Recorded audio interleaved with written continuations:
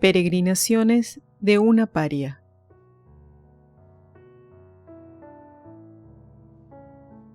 Por Flora Tristán.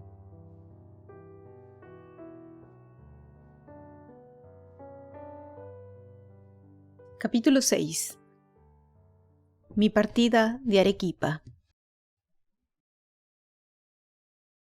El viernes 25 de abril, Mr. Smith vino a recogerme a las 7 de la mañana. Estaba ya lista para montar a caballo y mis facciones no demostraban ninguna agitación. Sentía, sin embargo, una viva emoción al abandonar estos lugares. Dejaba la casa donde había nacido mi padre y donde creí encontrar un asilo, pero durante los 7 meses que habité en ella, solo ocupé la morada de un extraño. Huía de esta casa en la cual había sido tolerada, pero no adoptada. Huía de las torturas morales que sufría y de las sugestiones que me inspiraba la desesperación. Huía para ir... ¿Dónde? Lo ignoraba. No tenía plan, y harta de decepciones, no formaba proyectos. Rechazada en todas partes, sin familia, sin fortuna o profesión y hasta sin nombre, iba a la aventura, como un globo en el espacio que cae donde el viento lo empuja. Dije adiós a estas paredes, invocando en mi ayuda la sombra de mi padre. Abracé a mi tía y la compadecí de todo corazón por su dureza para conmigo. Abracé a sus hijos y los compadecí también, pues ellos tendrán a su vez días de aflicción. Dije adiós a los numerosos servidores reunidos en el patio, monté a caballo y dejé para siempre aquel asilo ocasional para entregarme a la merced de Dios. Mi tío, mi primo Florentino y muchos otros amigos vinieron a acompañarme. Avanzábamos en silencio. Las personas que me rodeaban admiraban mi gran valor y se asustaban de él. Monsieur Lebris y Monsieur Violet estaban tristes y mi tío parecía estarlo también. En cuanto a mí, una voz secreta me tranquilizaba. Se sentía como un instinto que Dios no me había abandonado. Nos detuvimos en Tiabaya. Mis miradas se dirigieron hacia Arequipa y su valle encantador, después sobre mi tío. Asaltada a la vez por mis recuerdos, sentía una cruel aflicción y las lágrimas me sofocaban. Los señores callaban y parecían adivinar lo que pasaba en mi alma. Monsieur Lebris me dijo: «Querida señorita, si quiere usted regresar a Arequipa, todavía es tiempo. Sus amigos la ayudarán a llevar una vida, si no brillante, por lo menos tranquila y fácil». Le apreté la mano y di al mismo tiempo la señal de partida. En el lugar donde nos encontrábamos, el camino era estrecho. Pasé por delante y atravesé así la población. Cuando estuvimos en el campo raso, me detuve para esperar a mi tío, pero no lo vi más. Monsieur Lebris me dijo que, para evitar la emoción del último adiós, había aprovechado el recodo formado por el camino para regresar a Arequipa sin que yo lo viera. Todo había acabado. Ya no debía volver a ver a mi tío. No podía expresar cuán penoso era para mí ese pensamiento. Ese tío que me había hecho tanto mal, cuya conducta dura e ingrata me obligaba a vagar sobre la tierra, como el pájaro en la selva, sin tener la existencia más segura que aquel. Ese tío no había tenido para mí un acto de justicia y cuya avaricia había aventajado en su corazón el afecto y la compasión. Pues bien, lo quería contra mi voluntad. Tan duraderas y poderosas son las impresiones de la infancia. Sentía tan vivo dolor que vacilé un momento en regresar a Arequipa únicamente para ver de nuevo a mi tío, conjurarle que me quisiese y olvidar que retenía mis bienes. Tal era la necesidad que sentía de su afecto. Ah, ¿quién puede explicar las aberraciones del corazón humano? Amamos, odiamos, así como Dios lo quiere, sin poder a menudo señalar el motivo. Desgraciada organización social. Si no hubiese estado obligada a disputar con mi tío por mi herencia, nos hubiésemos amado sinceramente. Su carácter de hombre público no me inspiraba ninguna simpatía, pero en el resto de él me agradaba. Jamás he encontrado un hombre cuya conversación fuese más instructiva, las maneras más amables y los chistes más graciosos. En Congate encontramos listo un buen almuerzo debido a la galantería del muy amable Mr. Smith. Vi de nuevo al pequeño Mariano, crecido y embellecido. Quería de todos modos venirse conmigo a Francia. Ese querido niño tenía una expresión admirable cuando me decía: «Mi Florita, y diga a esos extranjeros que nos dejen solos, me molestan y tengo que hablarle». Nos quedamos en casa del señor Nájar hasta que pasó un poco el calor. Hacia las 11 del día comenzó a soplar el aire del mar y nos pusimos en camino. Al separarme de mis dos mejores amigos, Monsieur Lebris y Monsieur Violet, sentí un sincero pesar. Durante 7 meses me habían prodigado muestras de interés de toda clase y sentía por ellos la más sincera amistad. Mr. Smith tenía por sirviente a un chileno muy inteligente, y mi tío me había dado un hombre de confianza para acompañarme y servirme hasta el momento de mi embarque. Además, debía a la graciosa galantería del coronel Escudero una guardia de seguridad. El teniente Mansilla con 2 lanceros estaban encargados por él de mi defensa. Este viaje fue mucho menos penoso que el anterior. Iba provista de las cosas necesarias para precaverme, en cuanto fuese posible, del sol, del viento, del frío, de la sed y, en una palabra, de todos los sufrimientos del desierto. Tenía 2 buenas mulas para poder cambiar de montura. Además, Mr. Smith tuvo la extrema cortesía de poner su segundo caballo a mi disposición. Mi tía Joaquina me había prestado 2 sillas, una inglesa para el caballo y otra más apropiada para las mulas.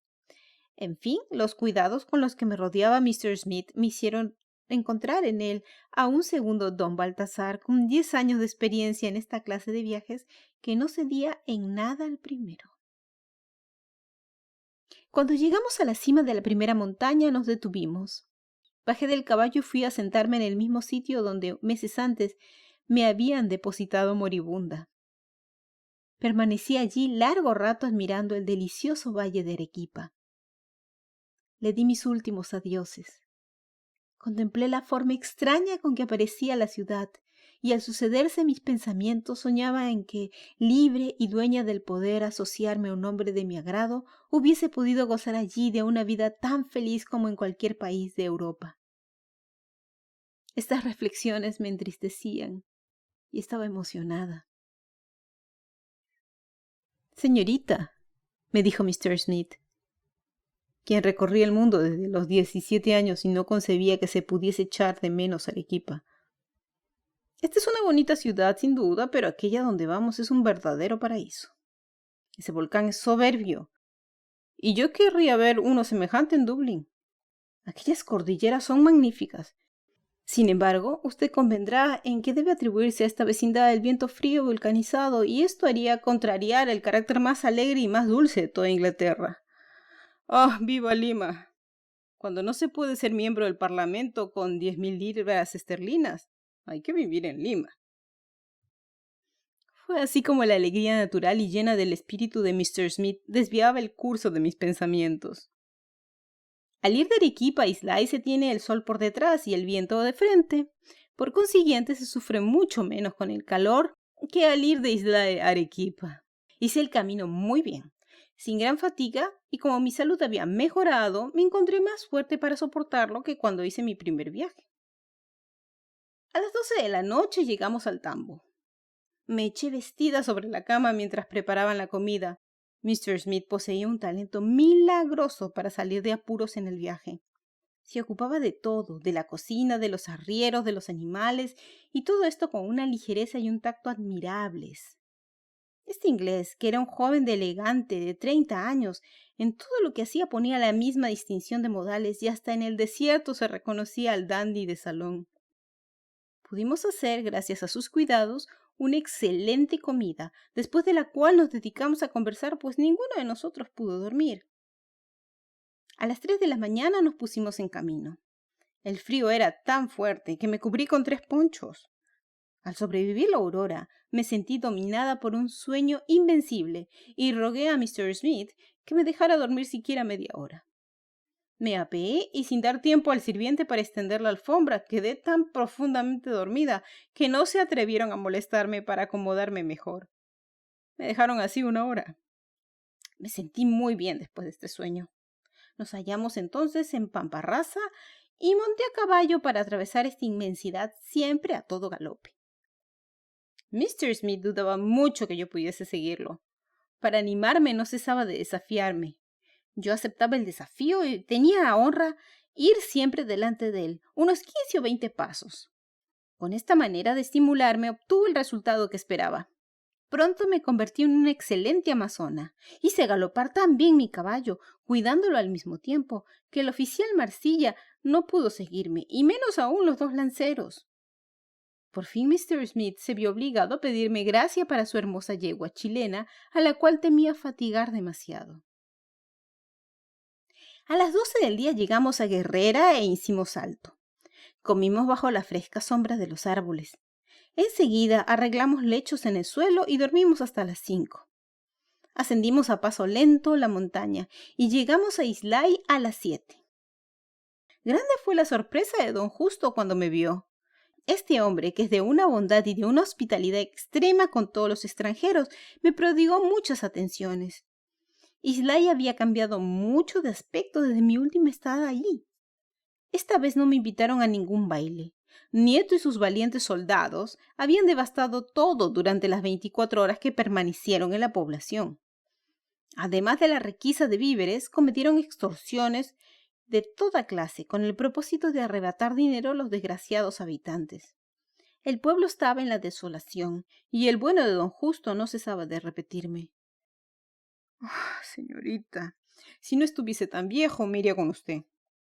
Las guerras continuas que destrozan este país lo han hecho inhabitable. He perdido ya a 2 de mis hijos y espero en cualquier momento tener la noticia de la muerte del tercero, que sirve en el ejército de Gamarra. Me quedé 3 días en Islay en espera de la salida de nuestra embarcación, y los habría pasado muy tristemente sin la sociedad de Mr. Smith y de los oficiales de una fragata inglesa anclada en la bahía, con quienes trabé amistad. Nunca había encontrado, y me complazco en recordarlo, oficiales tan distinguidos por sus maneras y su espíritu como los de la fragata de Challenger. Todos hablaban francés y habían vivido en Francia algunos años. Estos señores, siempre vestidos de paisanos, eran notables por su indumentaria de una limpieza exquisita y de una elegante sencillez. El comandante era un hombre soberbio, de una hermosura ideal. Solo tenía 32 años, pero una profunda melancolía pesaba sobre él. Sus actos y sus palabras tenían un sello de tristeza que me daba pena. Pregunté la causa a uno de sus oficiales, el cual me dijo: «Ah, sí, señorita, su tristeza es muy grande, mas el pesar que lo origina es también el más doloroso del mundo. Desde hace 7 años está casado con la mujer más hermosa de Inglaterra. La ama locamente, es igualmente correspondido y, sin embargo, debe vivir separado de ella». ¿Y quién le impone esa separación? Su estado de marino. Como es uno de los capitanes de fragata más jóvenes, lo mandan constantemente a lugares lejanos en viajes que duran 3 o 4 años. Hace 3 años que estamos en estos parajes y no regresamos a Inglaterra antes de 15 meses. Juzgue el cruel dolor que tan larga ausencia debe hacerle sentir. ¿Qué debe hacerle sentir? ¿No tiene, pues, fortuna para tener que seguir una carrera que lo tortura a él y a aquella a quien ama? Fortuna. Tiene 5.000 libras esterlinas de renta y su esposa, la más rica heredera de Inglaterra, le ha llevado 200.000 libras de dote. Es hija única y tendrá aún 2 veces más a la muerte de su padre. Quedé admirada. Entonces, señor, explíqueme, ¿qué potencia obliga a su comandante a estar alejado de su esposa durante 4 años, a morir de consunción a bordo de su fragata y a condenar a tan hermosa criatura al dolor y a las lágrimas? Es preciso que llegue a una alta posición. Nuestro comandante obtuvo de su padre esta rica heredera solo a condición de seguir en su profesión hasta que sea almirante. Ambos jóvenes consintieron y para cumplir esta promesa, él debe recorrer los mares durante 10 años más, por lo menos, pues en la ancianidad es cuando entre nosotros se hacen las promociones.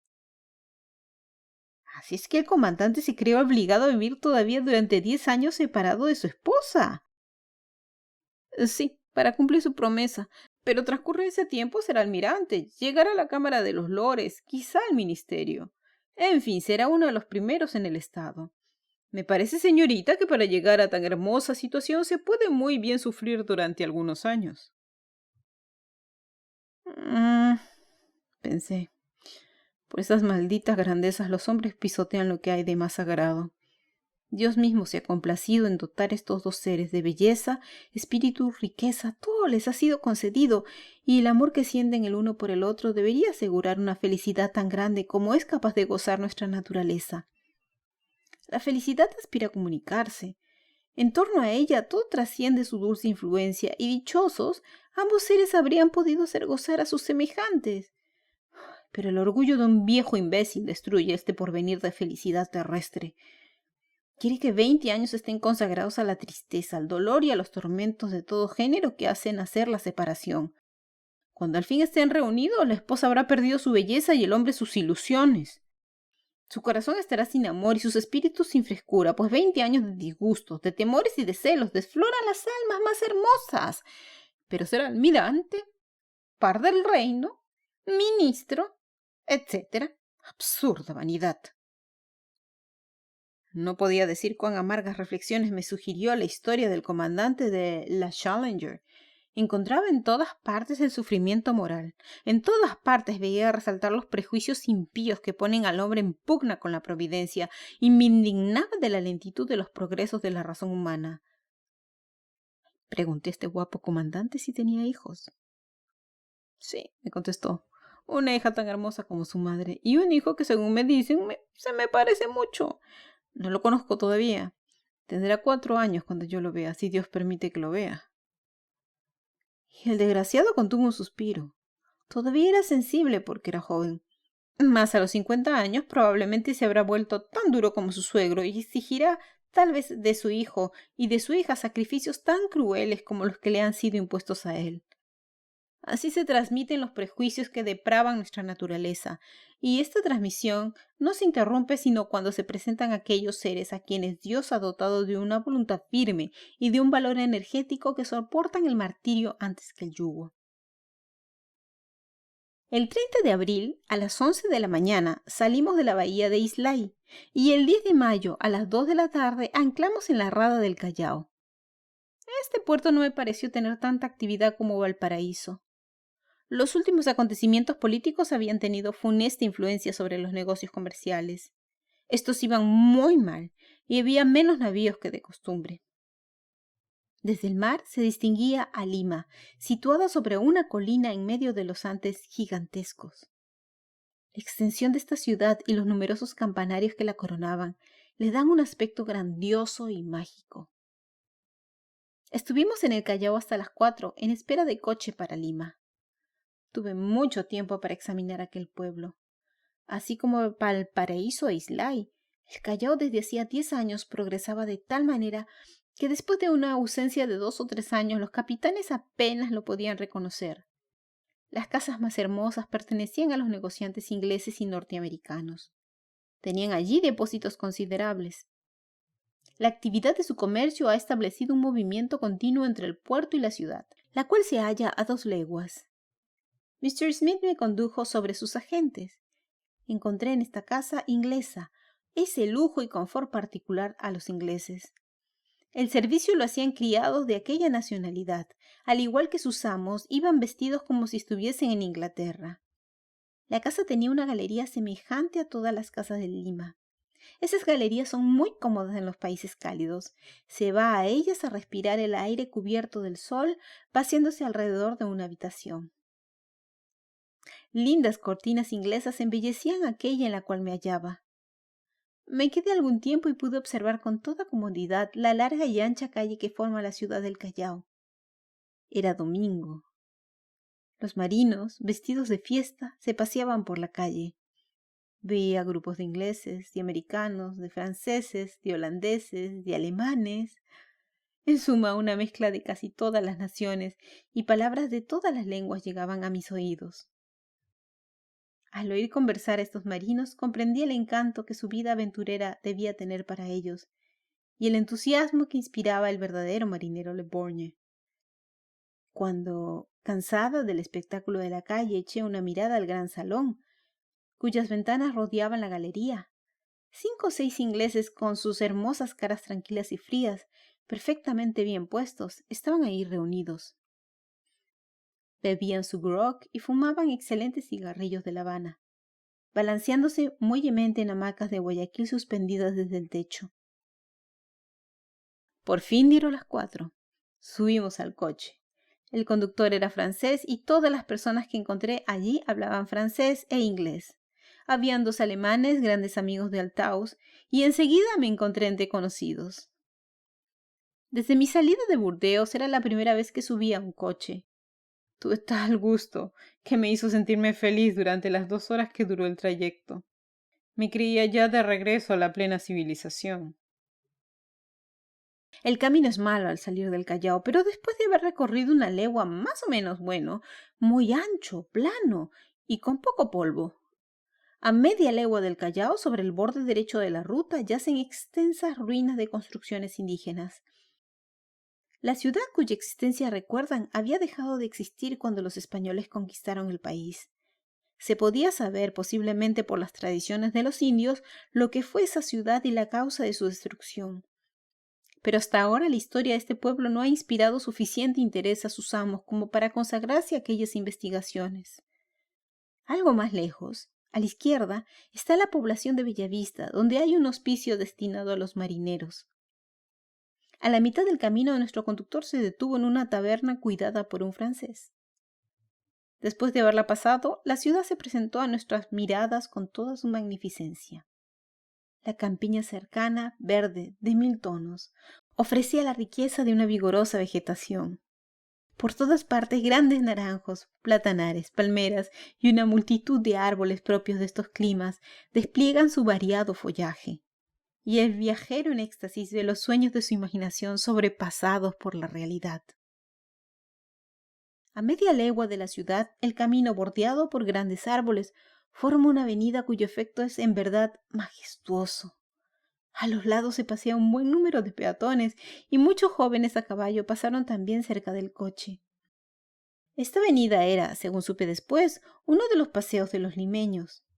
Entre los paseantes había muchas mujeres con saya. Ese vestido me pareció tan extraño que cautivó mi atención.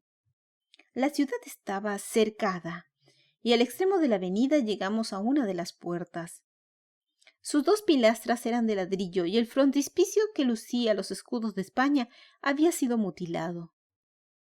Unos empleados visitaron el coche, como se practica a la entrada de París. Atravesamos luego una gran parte de la ciudad, cuyas calles me parecieron espaciosas y las casas muy diferentes a las de Arequipa. Lima, tan grandiosa, vista de lejos, cuando se entra en ella no mantiene sus promesas, ni responde a la imagen que uno se había forjado. Las fachadas de las casas son mezquinas, sus ventanas sin vidrios y las barras de hierro con que están enrejadas recuerdan las ideas de desconfianza y de opresión. Al mismo tiempo, se entristece uno por el poco movimiento que hay en todas aquellas calles. El coche se detuvo delante de una casa de hermosa apariencia. Vi venir del fondo a una señora alta y gorda, a quien reconocí enseguida por el retrato que de ella me habían hecho los señores del Mexicano, como Madame de Noël. Esta señora vino en persona a abrirme la portezuela, me ofreció su mano para bajar y me dijo con la expresión más afable: Señorita Tristán, le esperábamos aquí con impaciencia desde hacía mucho tiempo. Después de todo lo que los señores David y Chavry nos han dicho de usted, estamos muy felices al tenerla entre nosotros.